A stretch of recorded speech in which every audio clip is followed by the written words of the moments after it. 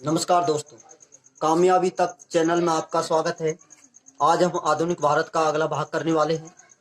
आधुनिक भारत में हम जानेंगे गांधी युग के बारे में।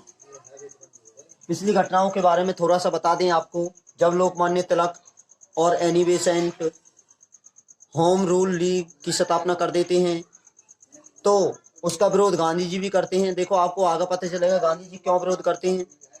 और 1916 में ही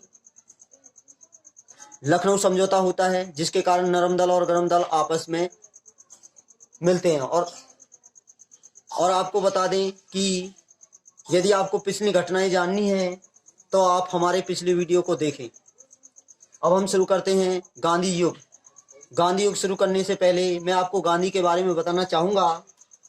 गांधी जी का जो जन्म था, जन्म की बात करें तो गांधी जी का जन्म 2 अक्टूबर 1869 को गुजरात के काठियावाड़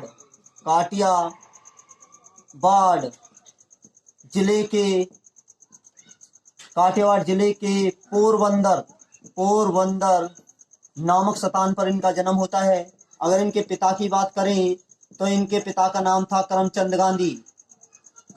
गांधी।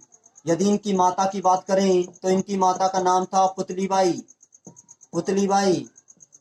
और इनकी शादी 13 वर्ष में कस्तूरबा गांधी से हो जाती है। कस्तूरबा गांधी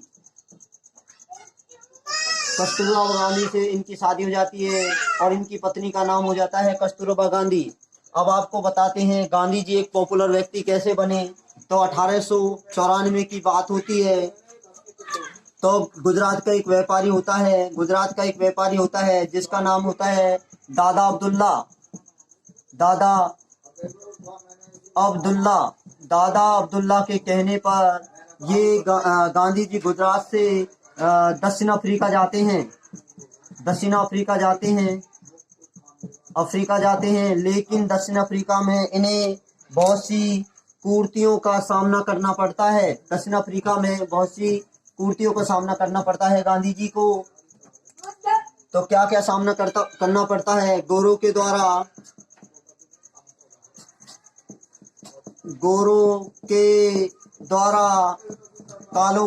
कालों के साथ भेदभाव मत ने देने का अधिकार नहीं था। और उन्हें गंदे सतानों पर रहने के लिए मजबूर करना। इन सभी स्थितियों को देखते हुए गांधी जी दक्षिण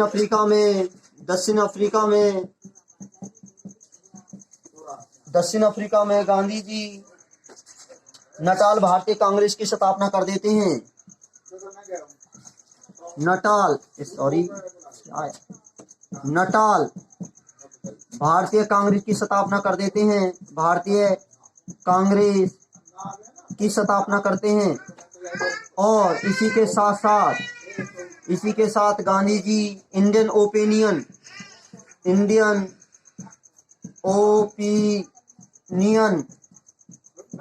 नामक पत्रिका भी प्रकाशन करते हैं। अब आगे बात करें 1906 की घटना। दक्षिण अफ्रीका के अंदर ही 1906 की घटना के बारे में बात करें तो 1906 में पंजीकरण प्रमाण पत्र 1906 में पंजीकरण प्रमाण पत्र की घटना घटती है। और इसका प्रमाण पत्र की घटना घटती है। इसका विद्रोह करते हुए सत्याग्रह करते हैं। गांधी जी सत्याग्रह करते हैं और उसे नाम दिया जाता है अहिंसात्मक प्रतिरोध सभा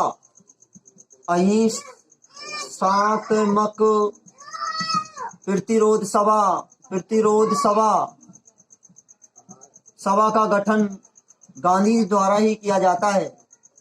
सत्याग्रह करते हैं और उसे अहिंसात्मक प्रतिरोध सभा कहते हैं। अब बात करें 1908 की। 1908 में 1908 में ईसाई पद्धति के अनुसार विवाह नहीं होता है, उसे अमान्य कर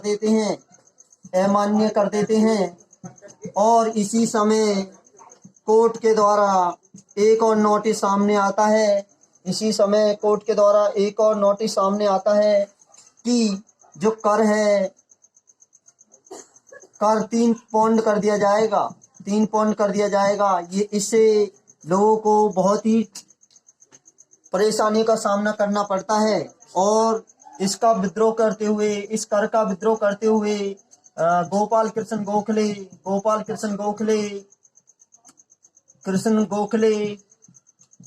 गोखले एक जनमत का शुभारंभ करते हैं। यहाँ तक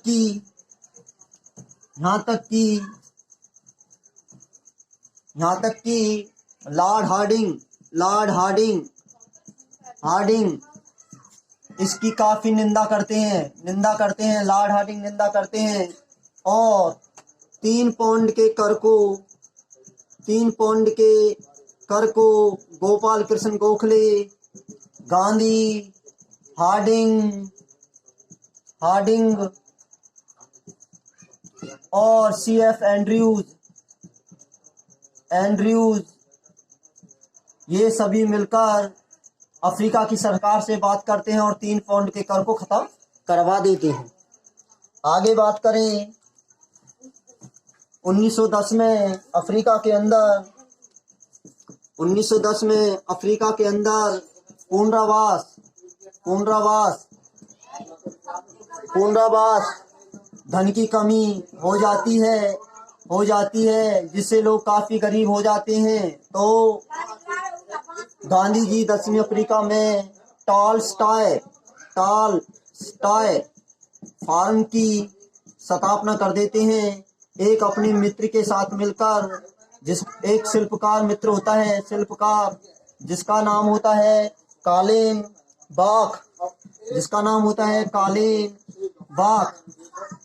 बाक के साथ मिलकर ये टॉलस्टॉय फॉर्म की स्थापना कर देते हैं। आगे चलें तो आगे अब गांधी जी का आगमन होता है। आगे जब ये गांधी जी भारत आते हैं तो 9 जनवरी 1915 को गांधी जी अफ्रीका से भारत में आ जाते हैं। अब वो घटना सामने आती है, भारत में आते हैं और गांधी जी कहते हैं कि होम रूल लीग एक अमान्य संस्था है और इसका विरोध करते हैं गांधी जी। और गांधी जी जो सहायता करते हैं वो अंग्रेजों की विश्व युद्ध में सैनिक भर्ती करने में सहायता करते हैं। इसलिए गांधी जी को भर्ती कराने वाला एजेंट भी कहते हैं। और गांधी जी कहते हैं कि मैं किसी भी आंदोलन को करने के लिए इच्छुक नहीं हूँ। 2 वर्ष तक भारत का भ्रमण करूंगा और केवल उनकी भारतीय लोगों की स्थिति को जानूंगा। और आपको कमेंट बॉक्स में बताना है कि गांधी जी के राजनीतिक गुरु कौन थे। कमेंट बॉक्स में छापे गांधी का राजनीतिक गुरु, तो आप कमेंट बॉक्स में बताएं क्या था। तो आगे घटना घटती है, आपको बता दें जब 1916 में लखनऊ समझौता होता है तो गांधी की मुलाकात राजकुमार शुक्ला से होती है। और राजकुमार शुक्ला गांधी जी से बिहार के चंपारण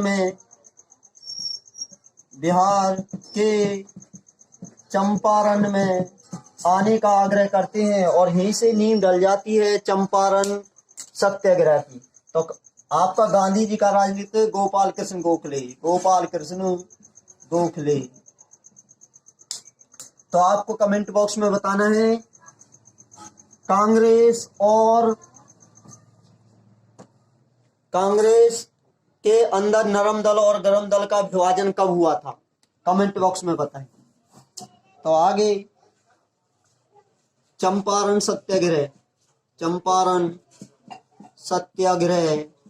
अब चंपारण सत्याग्रह की घटना क्या होती है, वहां के किसानों पर 3/20 भाग पर नील की खेती करना अनिवार्य है और इसी पद्धति को नाम तीन काठिया पद्धति कहते हैं, तीन काठिया पद्धति। और जर्मनी में रासायनिक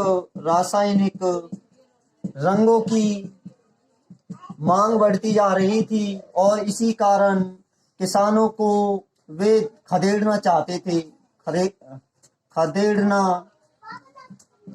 थे और किसानों का शोषण कर रहे थे और उनकी नील को मन चाहे दामों पर खरीदते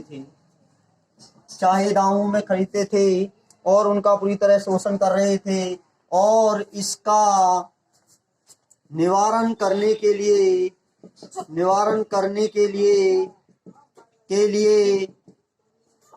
गांधी जी निवारण करने के लिए गांधी राजेंद्र प्रसाद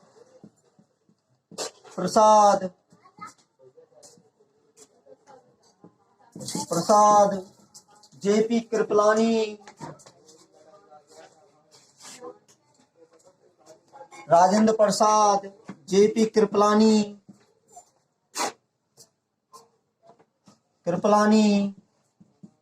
महादेव देसाई, मोहम्मद उल हक आदि के साथ चंपारण में आते हैं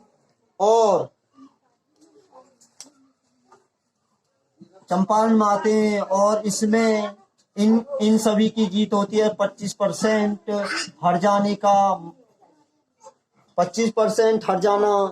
हर जाना लौटाया जाता है अंग्रेजी सरकार के द्वारा। ये तो थी घटना चंपारण की। आप बताएं कि चंपारण में गांधी जी को किसके आग्रह पर चंपारण में आए थे। अब बात करें हम अहमदाबाद मील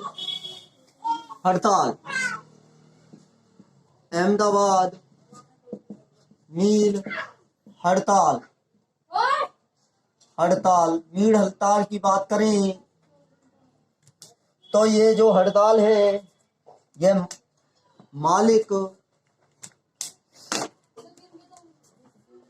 हड़ताल की बात करें तो मालिकों और मजदूरों के मध्य प्लेग बोनस को लेकर थी जिसमें 50% बोनस लिया जाएगा, लेकिन गांधी के कहने पर यह 50% नहीं 30% लिया जाएगा। 50% नहीं 30% लिया जाएगा। और गांधी जी इसी आंदोलन में या इस हड़ताल में पहली भूख हड़ताल करते हैं।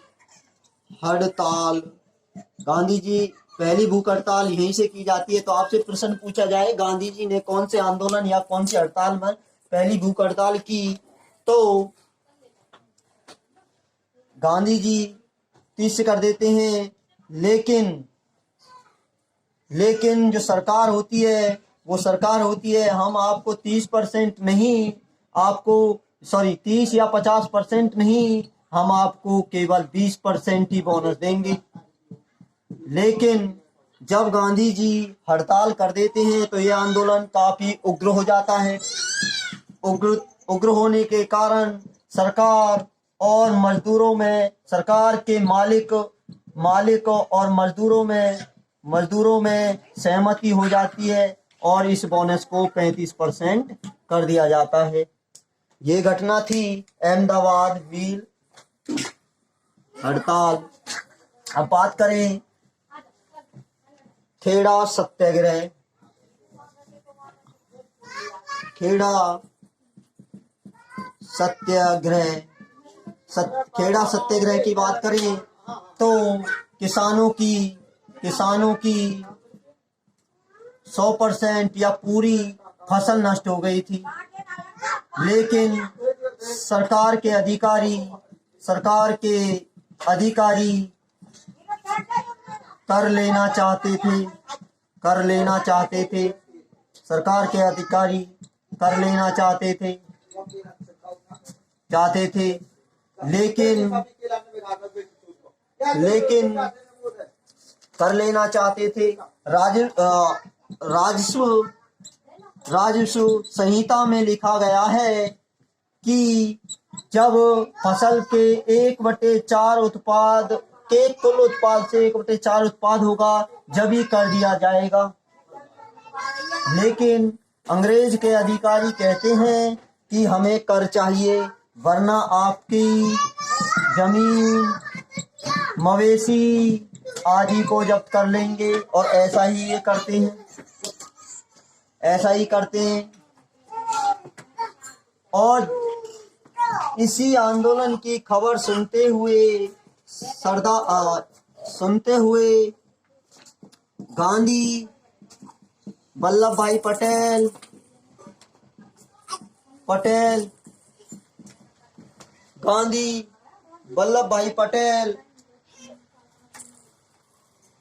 और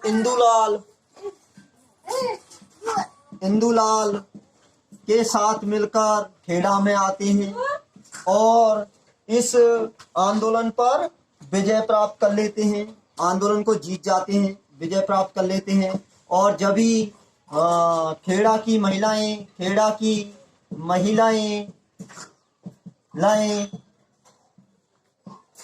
वल्लभ भाई पटेल को सरदार की उपाधि दे देती हैं, तभी से वल्लभ भाई पटेल सरदार कहे जाते हैं। आगे बात करें, यदि यह वीडियो आपको अच्छी लगी हो तो इस वीडियो को शेयर करें, लाइक करें, कमेंट करें और कामयाबी चैनल को सब्सक्राइब करें। आशा है कि आपको ये वीडियो अच्छी लगेगी और आप अपने मुकाम पर पहुंचें, अपने माता पिता की फिक्र को फक्र में बदल दें। Thank you.